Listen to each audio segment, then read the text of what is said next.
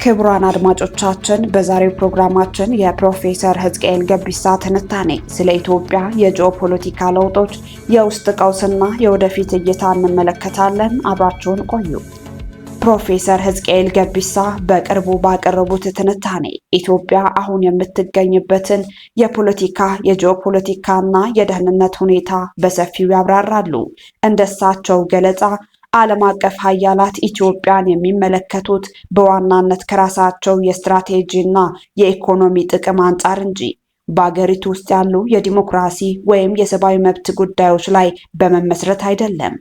እንደ ትንታኔያቸው በቅርብ ዓመታት የአሜሪካ የውጭ ፖሊሲ ትኩረቱን ወደ ራሱ ውስጥ ጉዳይ በማዞሩ ምክንያት ለአፍሪካ የሚሰጠው ዲፕሎማሲያዊ ትኩረት እየቀነሰ መጥቷል። ስለዚህም ከውጭ የሚሰጡ መግለጫዎች ወይም አነስተኛ የፖሊሲ እርምጃዎች ብዙውን ጊዜ ለጊዜው ውጥረትን ለማርገብ የሚደረጉ እንጂ ዘላቂ መፍትሄ ለማስገኘት የታለሙ አይደሉም የሚል አመለካከት ያቀርባሉ። በተጨማሪም የአፍሪካ ቀንድ ለዓለም ሀያላን ያለው ስትራቴጂያዊ ጠቀሜታ በባብኤል መንደብ ሰርጥና በስዊዝ ካናል ደህንነት ላይ የተመሰረተ መሆኑን ያስረዳሉ። ወደ 40 በመቶ የሚጠጋው የዓለም ንግድ በእነዚህ የባህር መስመሮች ስለሚያልፍ ዓለም አቀፍ ሀያላት የሚያስቀድሙትን የእነዚህን መስመሮች ደህንነት ማስጠበቅ ነው ይላሉ። በዚህም ምክንያት በኢትዮጵያ ውስጥ የሚከሰቱ የውስጥ ችግሮች ለውጭ ሀያላት የሁለተኛ ደረጃ ጉዳይ ሆነው ይታያሉ በማለት ይገልጻሉ። ፕሮፌሰር ሕዝቅኤል እንደሚሉት ኤርትራም በቀይ ባህር ያላት ስትራቴጂያዊ አቀማመጥና በክልሉ ውስጥ ባላት ሚና ምክንያት በቀጠናው ቁልፍ ተዋናይ ሆናለች። እንደሳቸው ትንታኔ ይህም ምዕራባዊ ሀገራት ከኤርትራ አመራር ጋር ያላቸውን ግንኙነት ለማሻሻል እንዲጥሩ አድርጓቸዋል። በተመሳሳይ ሁኔታ የታላቁ የኢትዮጵያ ህዳሴ ግድብ መጠናቀቅና ውሃ መሙላት በአባይ ወንዝ ዙሪያ ያለውን የፖለቲካ ሚዛን ቀይሮታል ይላሉ። እንደሳቸው ገለጻ ይህ ሁኔታ ግብጽ የውሃ ደህንነቷን ለማስጠበቅ በአባይ ተፋሰስ ላይ የሚገነቡ ሌሎች ግድቦችን እንዳትቀበል አድርጓታል። በአገር ውስጥ ያለውን ሁኔታ በሚመለከት ፕሮፌሰር ሕዝቅኤል ገቢሳ ኢትዮጵያ በአሁኑ ወቅት ምናባዊ መንግስት የሚባል ሁኔታ ውስጥ ትገኛለች ሲሉ ይተቻሉ። በእሳቸው አመለካከት መንግስቱ በአዲስ አበባ ውስጥ መደበኛ አስተዳደር ያለው የሚመስል ቢሆንም በአገሪቱ ሰፊ ክፍል ላይ ተግባራዊ የአስተዳደር ወይም የህገ መንግስታዊ ቁጥጥር የለውም በማለት ይሞግታሉ። በፕሪቶሪያው የተኩስ ማቆም ስምምነት ዙሪያም አስተያየታቸውን ያቀርባሉ።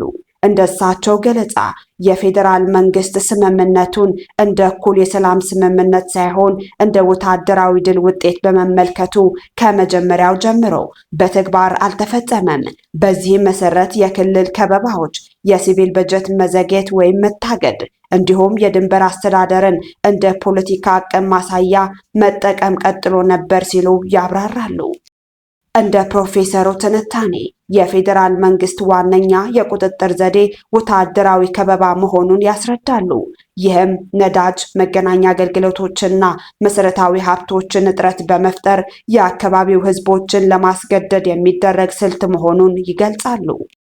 በእሳቸው እይታ ይህ ሁኔታ በክልሎች ያሉ አመራሮች ከፌዴራል መንግስት ጋር በመደራደር ችግሮቻቸውን የሚፈቱበት አስተማማኝ መንገድ እንደሌለ እንዲያምኑ አድርጓቸዋል።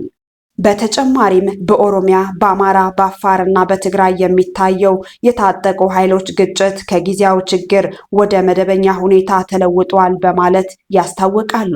እንደ እሳቸው ግምገማ በሚሊዮኖች የሚቆጠሩ ዜጎች በግጭቶች የሚደርስባቸው ሰብአዊ ጉዳት በቂ ትኩረት አላገኘም። ይህም የፖለቲካ ቀውሱ እንዲቀጥል አድርጎታል ብለዋል። በመጨረሻም ፕሮፌሰሩ የብልጽግና ፓርቲ ከተግባራዊ አስተዳደር እየራቀ መምጣቱን ይጠቅሳሉ።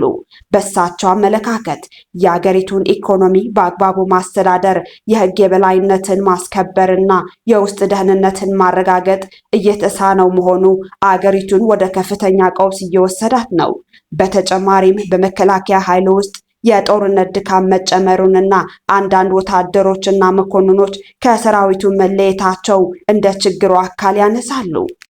በማጠቃለያ ፕሮፌሰር ሕዝቅኤል ገቢሳ የኢትዮጵያ ህዝብ ትኩረት መሆን ያለበት የአሁኑ መንግስት እንዴት ይወድቃል በሚለው ጥያቄ ላይ ሳይሆን ማንኛውም የወደፊት ለውጥ ቢኖር አገሪቱን እንዴት በጋራ መልሶ መገንባት እንደሚቻል ላይ መሆን አለበት ይላሉ። እንደሳቸው እይታ ኢትዮጵያ ከተጨማሪ መከፋፈል ለመዳን የተለያዩ ብሔሮችና ክልሎች እርስ በርሳቸው በመተማመን የጋራ ስቃያቸውን በመረዳትና የሰው ሕይወትን ለማስጠበቅ በጋራ መስራት እንዳለባቸው ያሳስባሉ። ለዛሬ ያዘጋጀንላችሁ ይሄን ይመስል ነበር። በቀጣይ እስከምንገናኝ ሰላም።